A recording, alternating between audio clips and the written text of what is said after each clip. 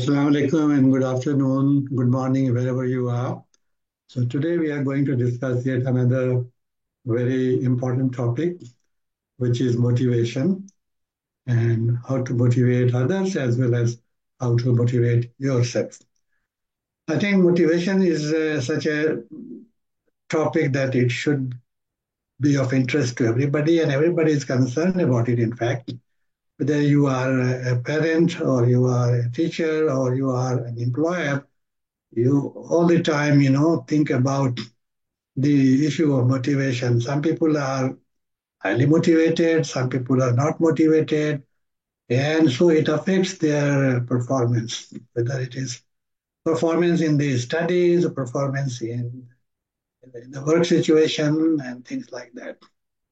But many people do not really understand the intricacies of motivation. That is, how best to motivate other people or others, right?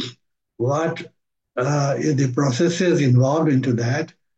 And so the best answer of this will come from the research studies. There are a lot of research studies conducted on motivation from a different perspective. And this is what we are going to do today. We will discuss, touch upon some of these theories of motivation and the recommendations that come from these theories, right?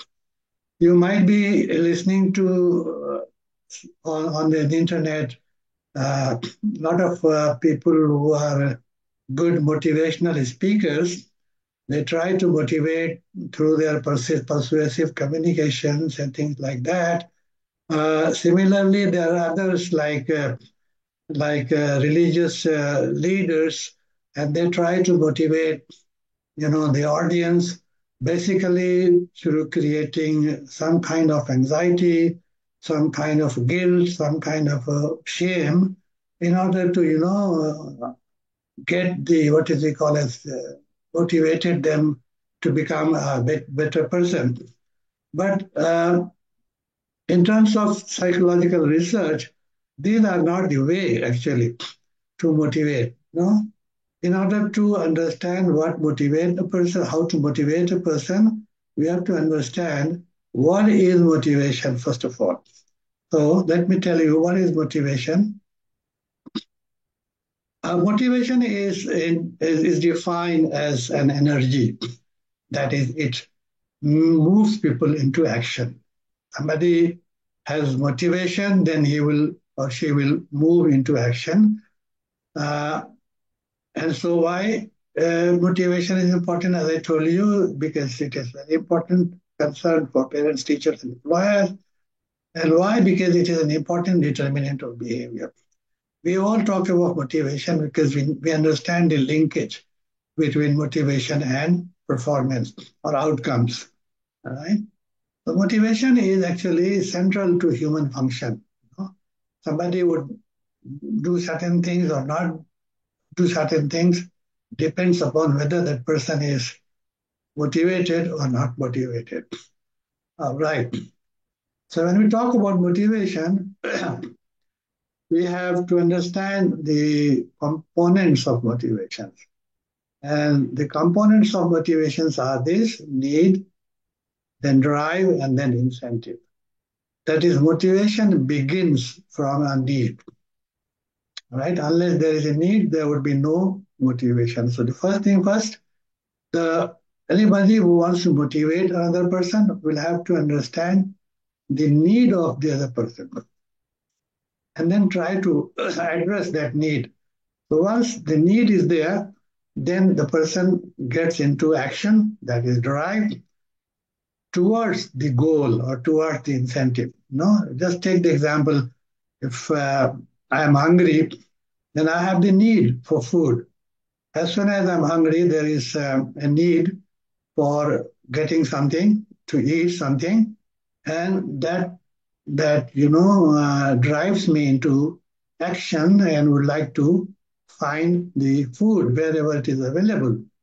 And my behavior would be mostly goal directed.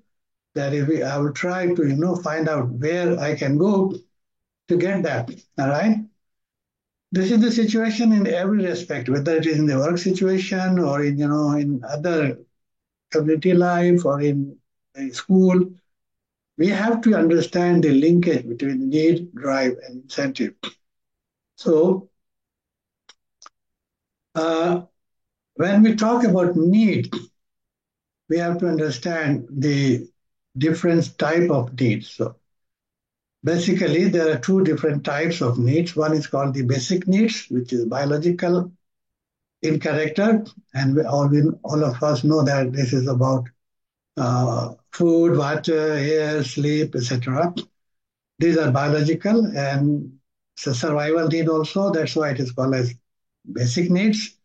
The other type of need is called secondary needs, which is also known as social needs, and they may be like achievement, recognition, power. When people would like to achieve certain things in their life, want to get recognitions of whatever they do, and also if people have need for power, need to control others. So if somebody wants to motivate another person, the first thing that needs to be addressed is to the need issue, right? And the person who is going to listen to you would have this question in his mind as soon as you are trying to motivate that person. And that is, what is it?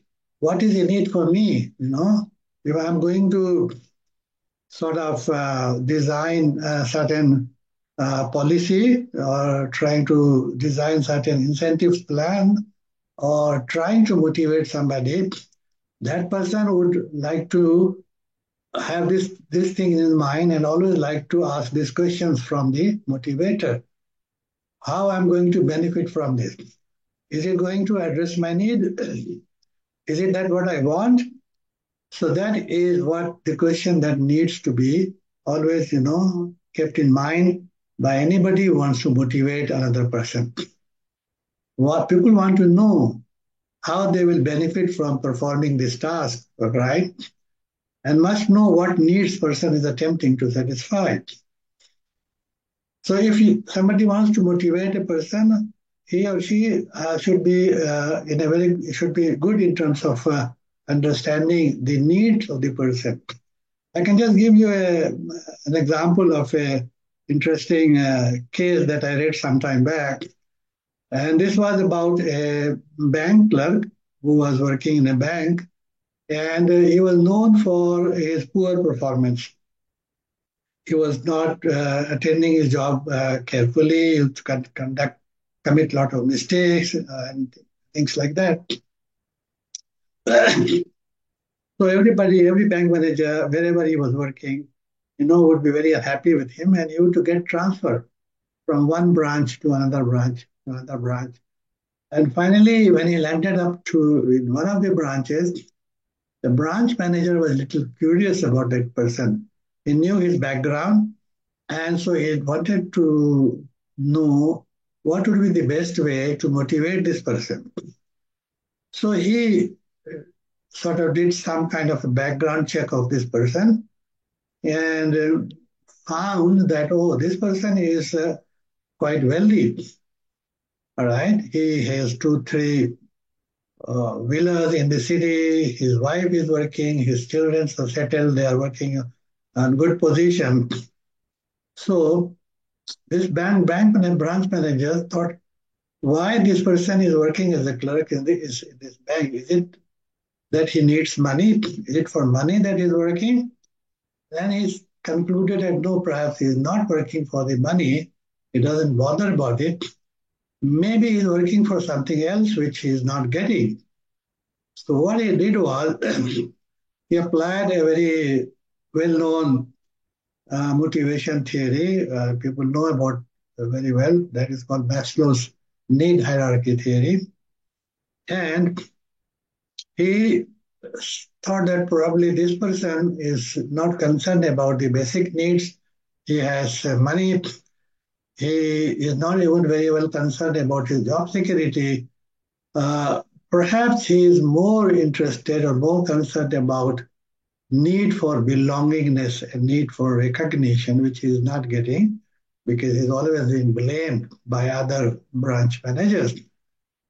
So what he did was he organized a small party one day and asked for a cake, put the name of that person on that cake, and then announced in the bank that this person, this party is in the honor of Mr. So and so, because he is welcome to this branch, and I'm looking forward to working with him and things like that.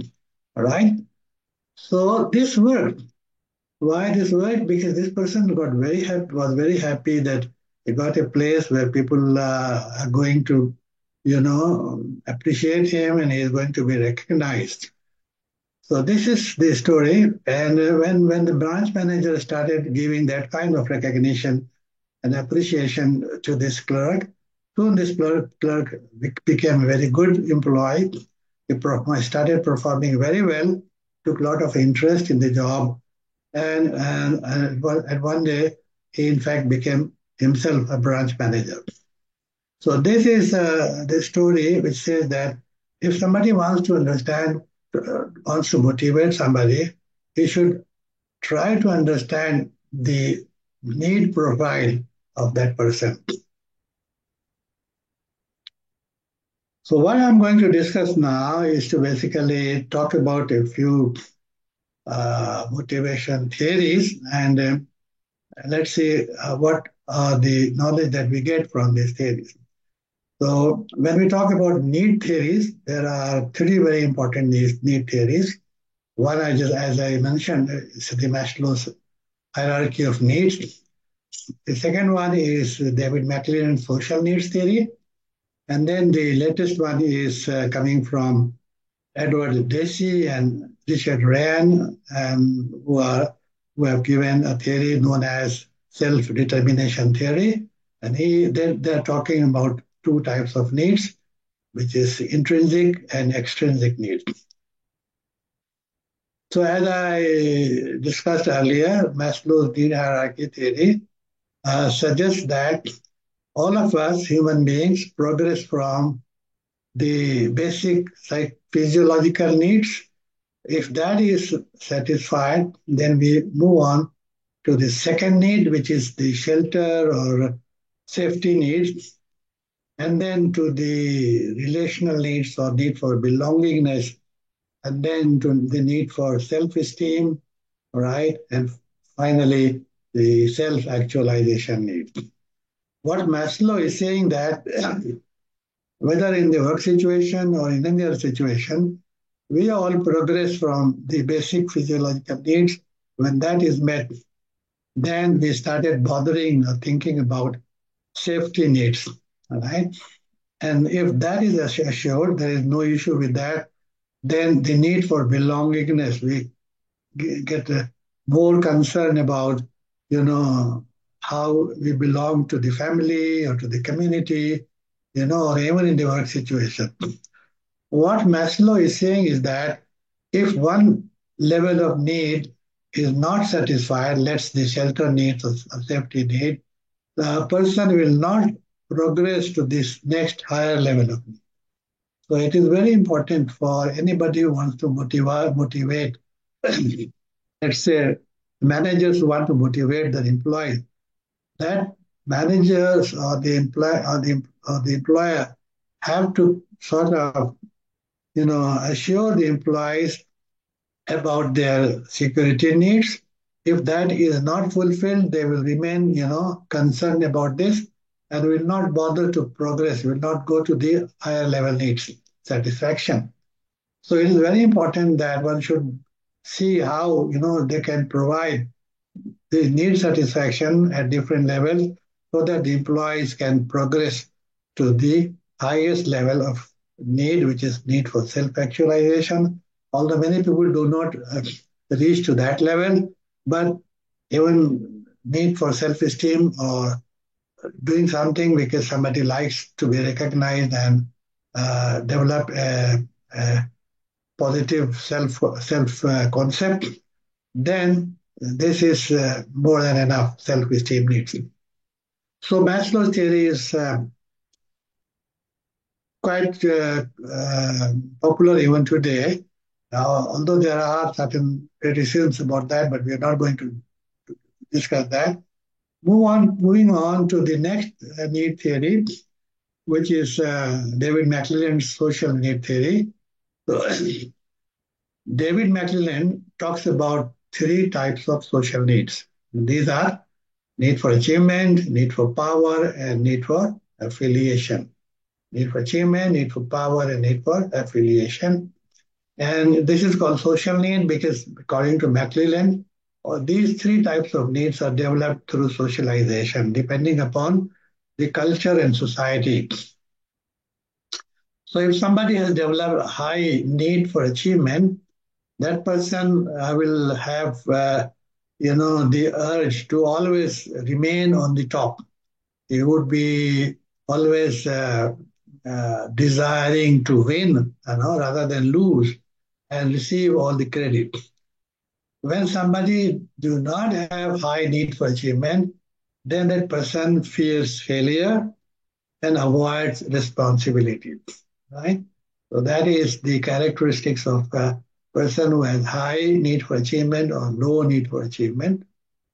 Those who have high need for power, such people demand high loyalty and are basically intolerant. So they always like to command and to rule. All right. Those who have low need for power, on the other hand, generally remain aloof, keep social distance, is not, domineering kind of thing, not a dominant person.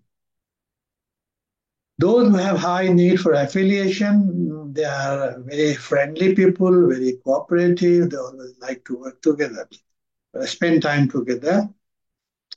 Those who are low on need for affiliation do not believe in any kind of show off and enjoys dependency. They want to depend upon others, right? And enjoy more of a collegial relationship, a good relationship, rather than showing off, or trying to dominate on anybody else, right?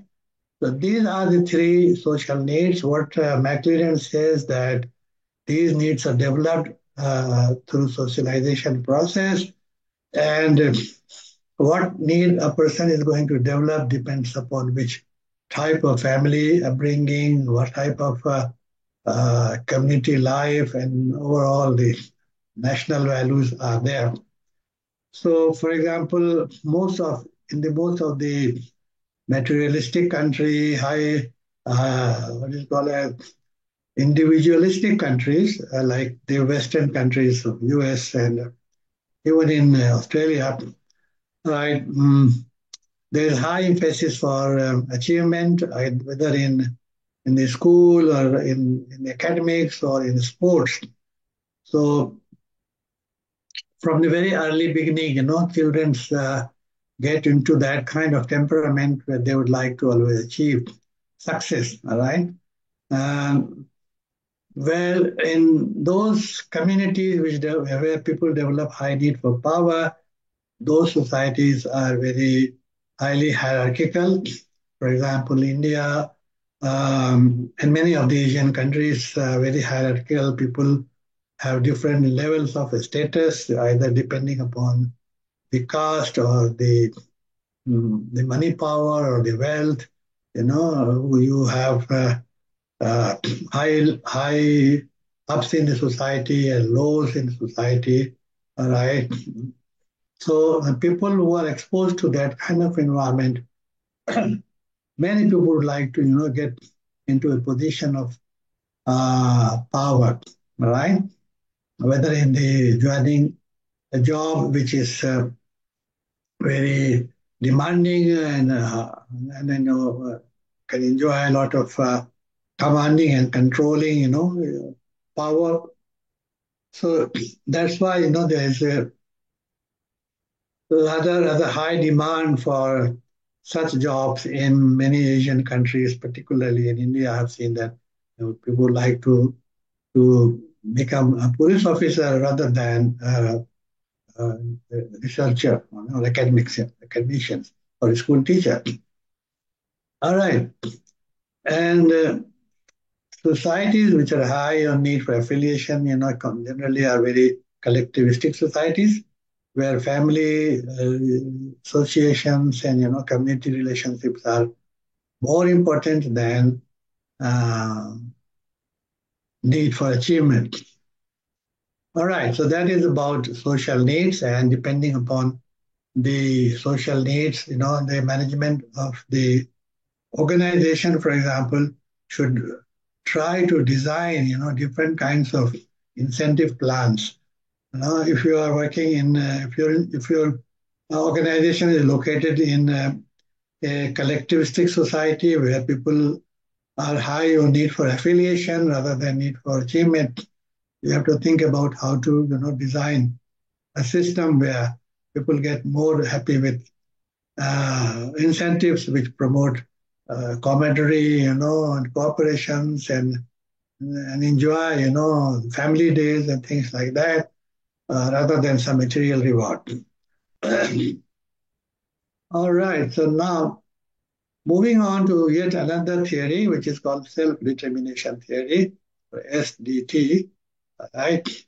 This theory says that people have natural motivational tendencies to learn, to grow, to explore, to assimilate knowledge, and develop new skills. So people have got natural motivational tendencies, right? Unfortunately, these tendencies can be either uh, facilitated and supported or hindered by social context. Now, in some situations, it is facilitated, but unfortunately, there are many who do not understand this natural motivational tendencies and they try to hinder that. The social context is like that, that a person in that kind of context are not allowed, to enjoy what? They're not allowed to enjoy what? Let me tell you. Three things. They are not allowed to satisfy three basic needs. And these are need for autonomy, sorry, need for competence, and need for relatedness. So what is autonomy? It says that people have got natural tendency uh, and they want to, not like to be controlled by anybody else. Uh, they would like to be self-controlled, all right? So autonomy means perception of behavior as self-controlled and volitional. That I can do it myself. There's no need to, tell me what I should do, all right? That is called need for autonomy. Need for competence is that, again, people have got a natural tendency to feel capable, all right, and can, influence the environment. And the third one is relatedness. That is, people like to feel close to others. So these are the three basic needs. And what this theory says that these are the three basic needs. Basically, if this is being satisfied, then it leads to what we call as intrinsic motivation. All right. And so intrinsic motivation is doing an activity because it is interesting and provides its own reward. Right. Look at this child. He enjoys, on the swing, not because he has been told to do that, not because he has been told that if you do that, then I will give you some reward. Or not because the parents have threatened him and asked him to do that. He's doing this on his own because this is a natural, desire to feel good, and then it provides intrinsic need satisfaction. By satisfying people's basic needs for autonomy, competence, and relatedness, the intrinsic need comes from the satisfaction of these three needs. And These three things are basic nutriments for our psychological life, right? The need for autonomy, need for competence, and need for belongingness are basic needs, and we need to understand that these are the natural things that comes with us, and we have to think about how to create, supporting environment where anybody feels that he can do what he wants to do, and that he and she is competent to do that, and that if he does a good job, people should like that, right? On the other hand, this theory says that while there are intrinsic needs which are being satisfied through the satisfaction of the basic needs, you know, unfortunately, most of the time people try to satisfy, or the organization, the employers, the management, even the parents, um, the teachers think that the best way to motivate a person is to give them, rewards or punishment. That is. So this is called extrinsic need satisfaction, which is doing an activity specifically because it leads to a separate consequence, such as reward or avoidance of punishment. So look at this picture. A child, when he or she starts walking, he would not like to be touched by anybody else. Why? Because the child is now enjoying his competency. The child is enjoying his autonomy, feeling that, yeah, now I can walk. Now I am competent. I can relate to this world.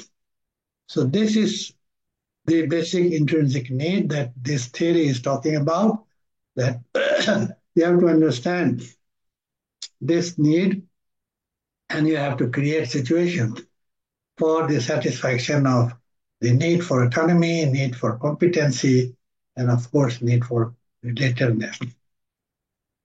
So theory says that providing choice and acknowledging feelings increase intrinsic motivation.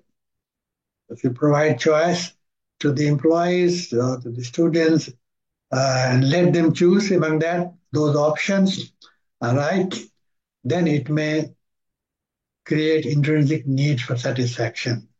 Why? Because they enhance people's experience of autonomy.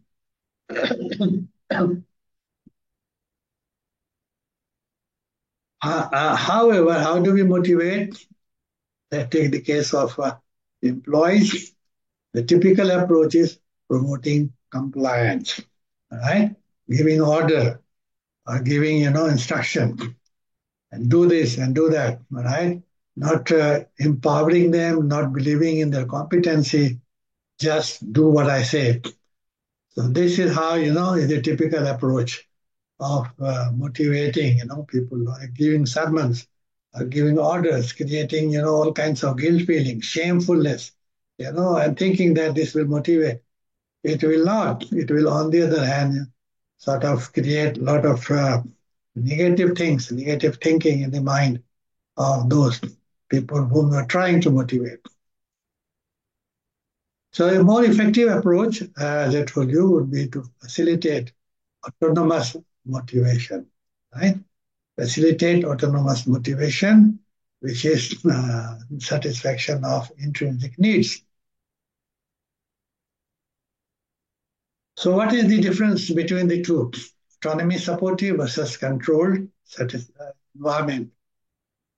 People feel motivated when their environment support their basic needs. If environmental factors don't support the basic needs, motivation is pressured or controlled, right?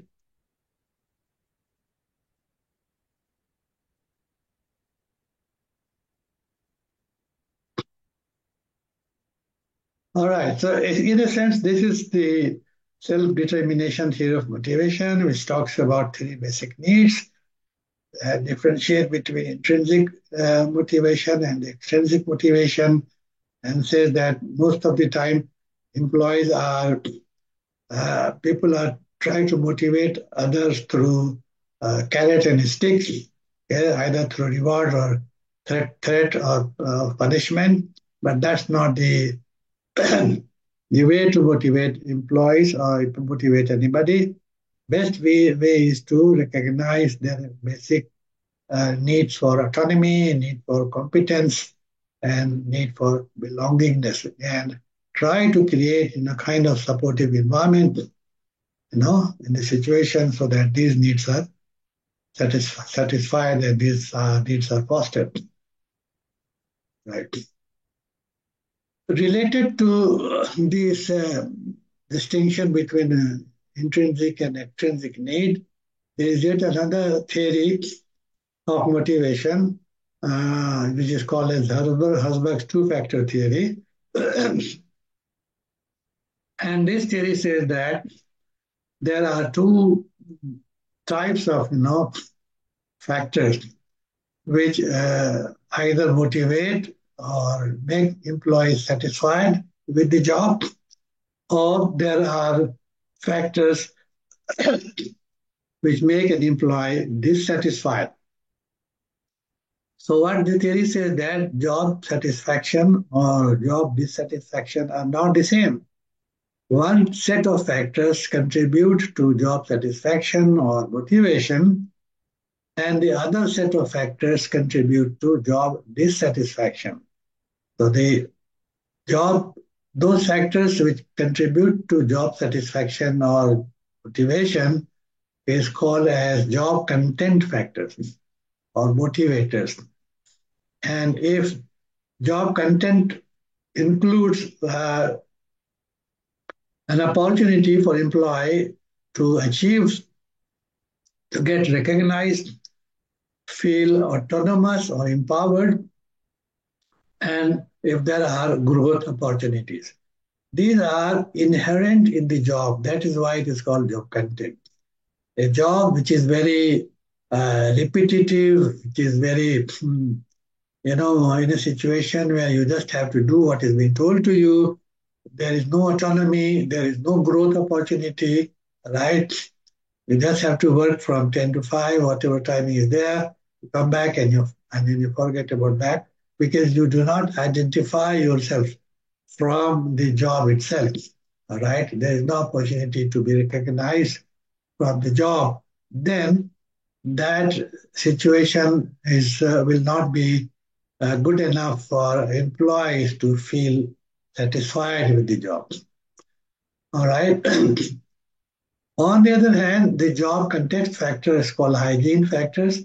And these are the factors which, according to theory, if these factors are there in a good shape, that is, if employees are enjoying good salary, good working condition, company policies are friendly, employee friendly, and there is job security, the chances are that employees will not be dissatisfied with the job, but not necessarily motivated. Job context factors means there would be, if these factors are good, then employees would be less and less dissatisfied, but not necessarily highly motivated, right? If the employer, the manager wants to motivate employees, they have to work on increasing the job content factors in order to see how employees can get a better sense of achievement, recognition, autonomy, and growth opportunities, right? If the job context factors are in poor shape, like salaries are not good, working conditions are poor, and so forth, naturally the employee will be highly dissatisfied, right? So if a management wants to motivate employees, they have to work on two fronts. One, to create better hygienic conditions, meaning better job context factors with good salary, working conditions, good policies, and providing job security and things like that. If these are good, the employees would not be dissatisfied. But at the same time, you have to work on improving the content of the job in terms of getting a sense of achievement, recognition, autonomy, and growth opportunity. Rorschach's two-factor theory is yet another very important theory in the context of how to motivate. Let us now touch a little bit about how to motivate the students to learn. Uh, uh, as we know that students learn in two ways. One is that they learn because they find it interesting. The subject is interesting, all right, and they would like to enjoy, and they enjoy, learning more of that, or they learn because of certain pressure, the pressure of the exam, and the pressure of being evaluated. So again, here also we see the meaning of self-determination, right? And so some courses may motivate, others not. We all know that because some courses may be interesting, and so the students want to study that and learn more about that on their own because it satisfies their competency needs. All right. Uh, so whether a subject creates a sense of satisfaction of intrinsic needs, or the students are studying because for exam sakes, uh, then it makes a lot of difference in terms of their motivational level. Okay. There was a very interesting research conducted on this, where 40 first year students were divided into two groups, and they were asked, one group was asked to study and learn a subject, and then they have to teach that subject to other students. So that is called an active learning orientation, active orientation. So one group was asked to learn and then teach, and the other group was asked to just take the exam. That is called passive orientation. All right. Now, when that was done, what is the result or finding? Passive groups were less intrinsically motivated, had lower conceptual learning score. That is, those who are asked to learn a subject just because they have to take an exam, they were not intrinsically motivated, and that is why they obtained less marks or less score, compared to those who had active learning orientation. They scored much better. So the conclusion is that evaluative pressure undermines intrinsic motivation. So if somebody is working under this pressure that tomorrow I have to report my performance, and that I'm going to be evaluated, in my annual performance review and things like that. And it's working, doing something under pressure, whether in the work situation or even in the academics in the universities and colleges and schools. If students are learning because of exam or fear of exam and things like that only, then there is no intrinsic motivation to learn that, and learning by pressure, caters to the extrinsic need satisfaction, which is not a very good idea. All right, now after discussing a few need theories, let us now touch upon a little bit the lessons that we get from some other theories. Right, there are a number of theories of motivation. I cannot go on into the details of all that. All right, so there's one theory which is called expectancy theory, and this theory says that figure out if the person has the ability to do what you need done. Right, so the expectancy theory basically says that motivation is the combination of three factors. Right, these three factors are called the expectancy, instrumentality, and valence, right? Three important factors. The expectancy factor means that the, the person who is going to motivate others should be very good in terms of clarifying the relationship between effort and performance. All right. So let's, for example, if management wants to motivate employees, the management should clarify, what they expect from the employees in terms of their performance, so that they can get a good performance review at the end of the year. All right. So if the employees are very clear about that, then they would feel motivated according to this theory. All right. Secondly, the management should also clarify the second factor, which is called instrumentality, which is the understanding of the relationship between the high performance or performance and the reward. Right? So if the employees know that these are the things that I need to do in order to get a good performance appraisal, and if I obtain A plus or A in my annual review, then I'm going to get this reward. This is very clear. If they know that, then they will be motivated. So this is called instrumentality. And the third one is called valence, which means that if the employees are also very good in terms of understanding what reward they are going to get, and if that reward is what they want. So again, that is the link between reward and the need, right? So take the example, if somebody is being told that if you do not absent even for one day whole of the year, then you will be considered for, good appraisal. You will get a good appraisal, and good appraisal means that you will get a reward, but the reward is just $5. Will that motivate that employer or employees? Obviously not, because this is not going to satisfy the employee's need. The valence level is very low. It is meaningless. So what this theory says that you need to understand the multiplication of these three factors together: expectancy, instrumentality, and valence. Right. Right. Now, if you want to motivate the employee, you also need to understand that not everybody would do a good job unless you provide them good training, right? So simply clarify these linkages. The expectancy, instrumentality, and valence is not enough.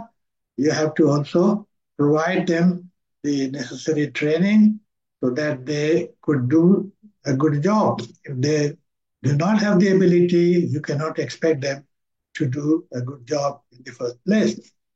So that is about figure out if the person has the ability.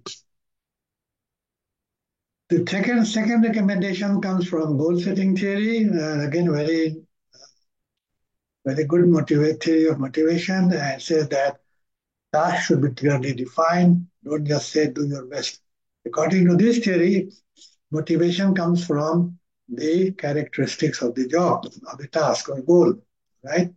If it is very clearly defined what the employees are supposed to do, it is neither very difficult nor very easy, and it is very clear, then it's going to motivate. If somebody says that I expect you to do a good job and do not clarify it, it's not clear what's the meaning of that, do your best, then it is not going to motivate. So this is the second lesson that we learn from goal setting theory.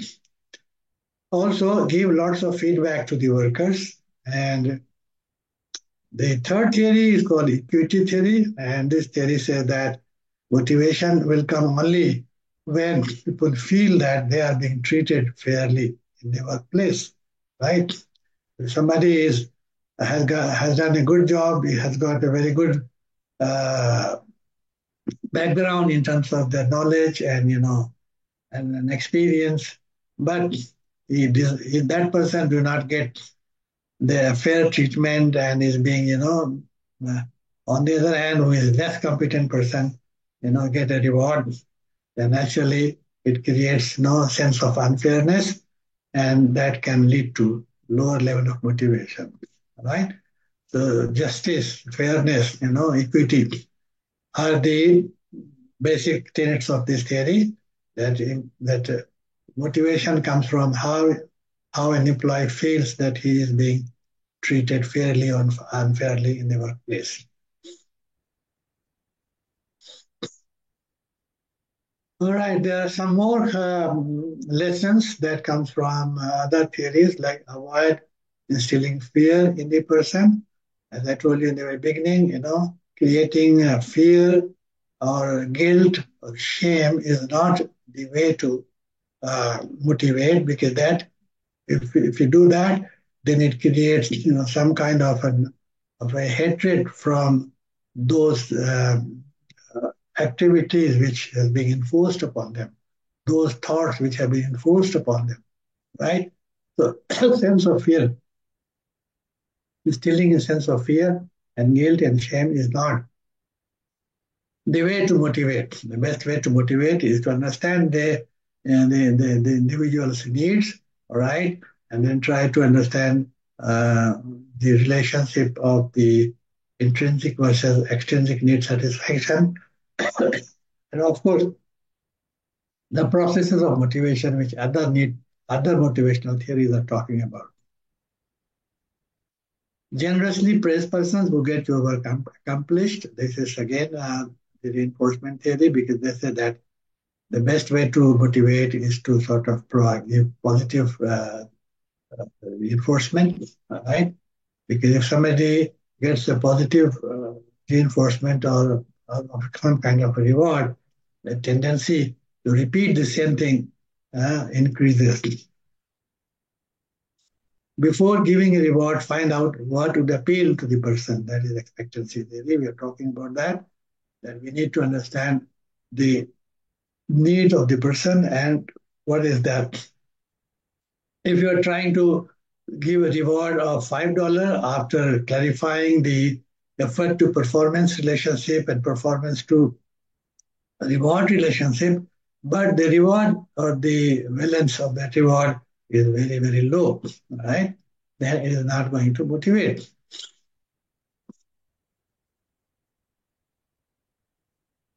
Set goals, self-motivation techniques, all right? So we have finished discussing how to motivate others, all right? So now, a little bit about how we can motivate ourselves, right?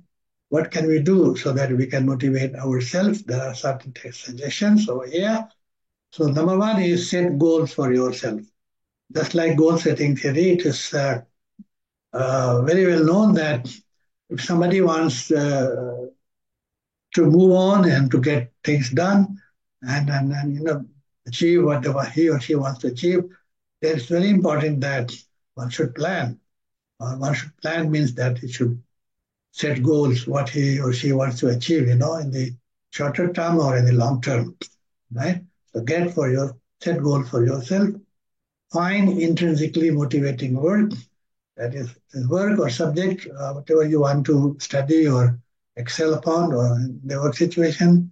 You should try to find jobs or subject where you are interested in, all right, where your interest lies in, all right, or how can you enjoy, learning those things? How can you enjoy that kind of job or work or task? Use job crafting to create interest and fund the job. Now, job crafting is a very interesting, concept, and I cannot explain you in detail over here.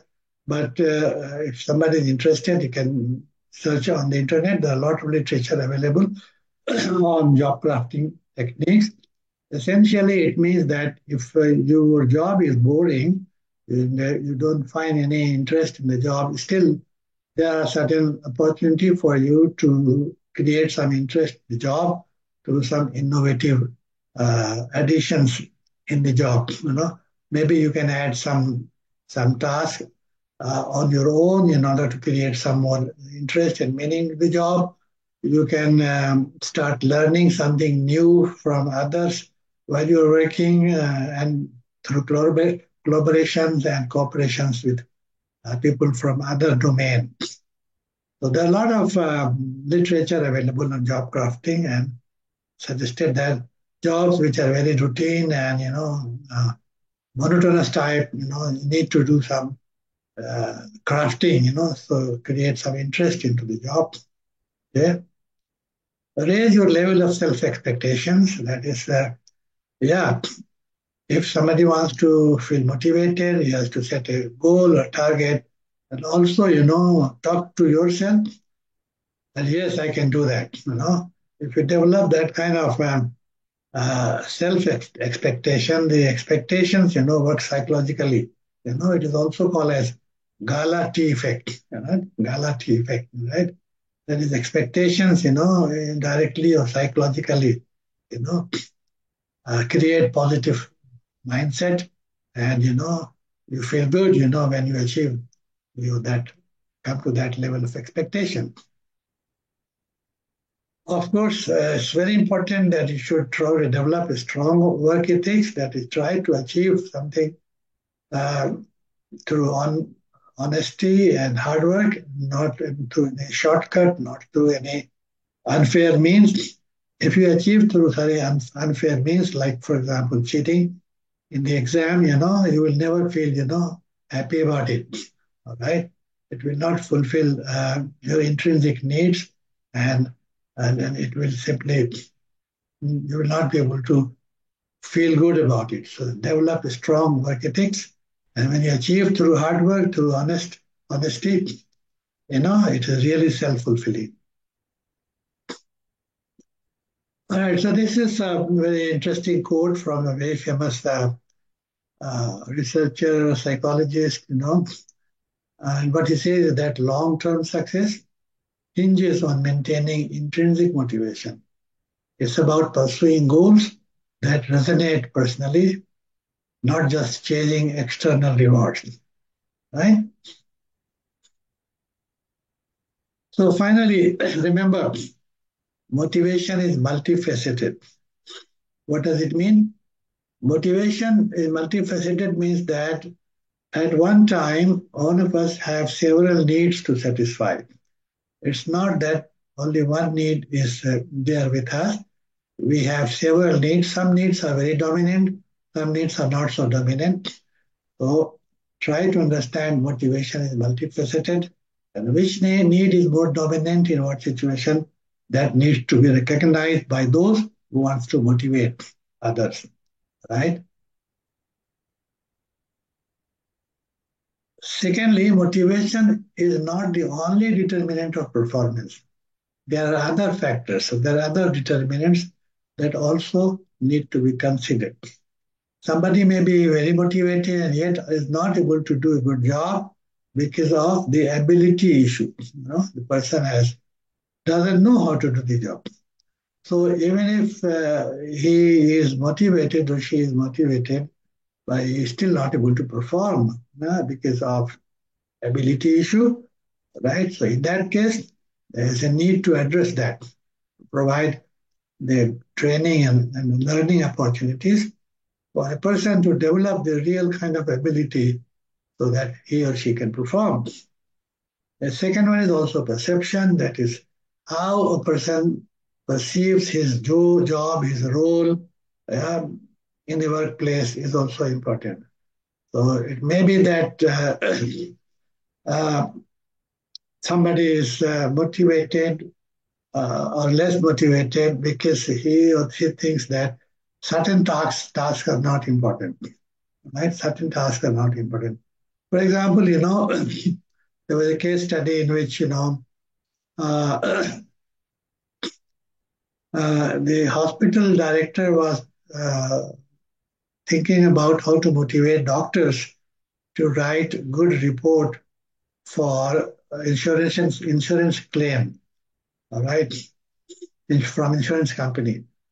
But the doctors were not able to write good reports, and so this hospital was losing money on insurance, all right. And the hospital director was thinking that, oh, the doctor is not motivated, and that is why they are not able to write a good report.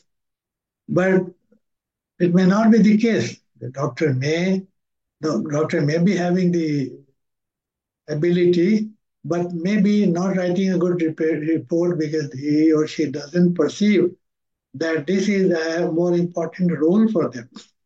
They were thinking that probably our job is to treat patients, all right, not to write those kinds of no lengthy reports for insurance claims and things like that. So they were not, giving much attention to that.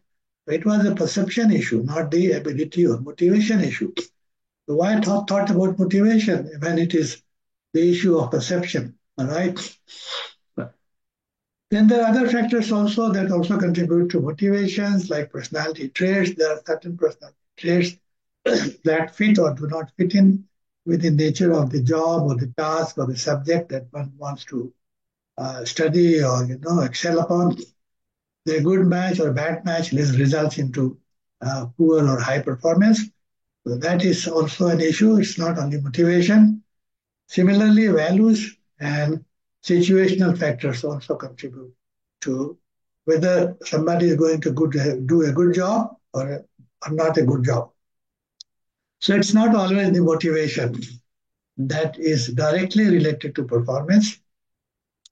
There are several other factors, and that's why I always emphasize whenever I teach my students to always develop an analytical mindset. Do not simply jump to the conclusion and think that, oh, this person is not a good doing job because having low level of motivation. There could be other factors, all right? That person may have the motivation, wants to do the good job, but unfortunately he is not very well trained, or he may or she will perceive that this task is not a very important task for him or her.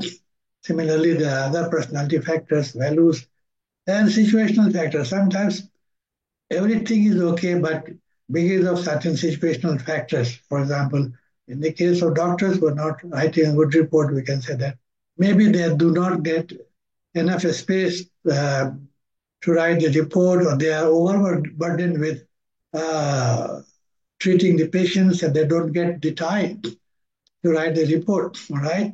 So there may be other situational factors that contribute to this issue of motivation, not necessarily performance, not necessarily motivation. So this is very, very important, in the context of motivations that we have to understand all those things. Okay. So that's all for today, and I hope that this has given you some good idea about how to motivate in the work context or even in the school or in the education context, as well as how to self motivate yourself. Thank you very much.